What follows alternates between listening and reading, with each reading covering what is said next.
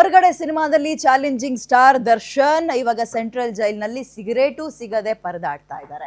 Cigarette ಸಿಗದೆ ಜೈಲ್ನಲ್ಲಿ ಒಂದ್ ರೀತಿ ಕಸಿವಿಸಿಯಲ್ಲಿದ್ದಾರೆ. ಒಂದು ಸಿಗರೇಟ್ ಕೊಡಿ ಅಂತ ಕೇಳ್ತಾರಂತೆ ದರ್ಶನ್. ಸಿಗರೇಟ್ ಇಲ್ಲದೆ ದರ್ಶನ್ಗೆ ಇರೋಕ್ ಆಗ್ತಾ ಇಲ್ವಂತೆ. ಮೊದಲು ಜೈಲಲ್ಲಿ ಸಿಗರೇಟ್ ಸಿಗ್ತಾ ಇತ್ತು, ಈಗ ಅದೂ ಇಲ್ಲ. IPS ಅಧಿಕಾರಿ ನೇಮಕದ ಬಳಿಕ ಬ್ಯಾರೆಕ್ಗಳ ಮೇಲೆ ರೈಡ್ ಮಾಡಿದ್ರು.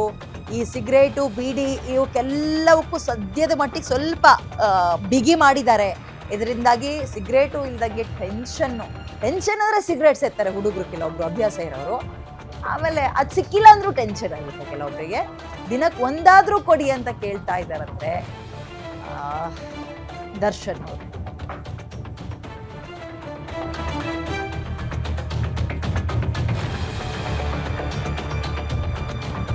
ಸೆಂಟ್ರಲ್ ಜೈಲ್ನಲ್ಲಿ ಸಿಗರೇಟ್ ಸಿಗದೆ ದರ್ಶನ್ ಅವರು ಪರದಾಡ್ತಾ ಇದ್ದಾರೆ. ಸಿಗರೇಟ್ ಸಿಗದೆ ಒದ್ದಾಡ್ತಾ ಇದ್ದಾರೆ.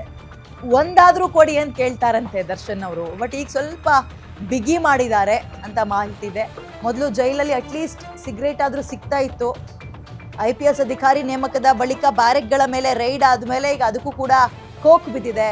ಸಿಗರೇಟ್ ಬೀಡಿಗಳ ಮಾರಾಟಕ್ಕೆ ಸ್ವಲ್ಪ ಮಟ್ಟಿಗೆ ಬ್ರೇಕ್ ಬಿದ್ದಿದೆಯಂತೆ. ಇದರಿಂದಾಗಿ ಸಿಗರೇಟ್ ಸಿಗದೆ ದರ್ಶನ್ ಅವರು ಒದ್ದಾಡ್ತಾ ಇದ್ದಾರೆ. ಟೆನ್ಷನ್ ಅನ್ನೋದಕ್ಕಿಂತ ಅವನ್ನೆಲ್ಲ ಬಿಡಿಸೋದು ಕಷ್ಟ, ಮತ್ತು ಅದು ಸಿಗ್ಲಿಲ್ಲ ಅಂದ್ರೆ ಅವ್ರಗಳಿಗೆ ರೂಢಿ ಮಾಡ್ಕೊಂಡಿರೋರಿಗೆ ಒದ್ದಾಡಿ ಹೋಗ್ಬಿಡ್ತಾರೆ ನೋಡಿ ಅಲ್ಲಿ.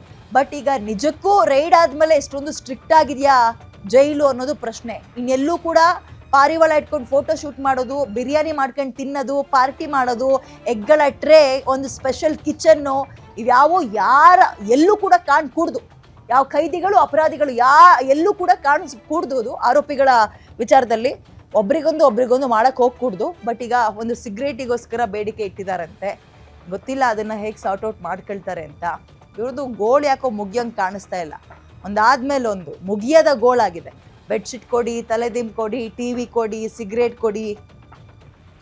ಐಭೋಗದ ಜೀವನ ಮಾಡ್ಕೊಂಡಿದ್ದಂತಹ ವ್ಯಕ್ತಿ, ಚಕ್ರವರ್ತಿಯಂತೆ ಹೊರಗಿದ್ದವರು ಈಗ ಆಳಾಗಿ ಮನೆಯೊಳಗಿರು, ಕೊಟ್ಟಿರೋ ಊಟ ತಿನ್ಕೊಂಡು ಸುಮ್ಮನಾಗು ಅಂದ್ಬಿಟ್ರೆ ಕಷ್ಟ.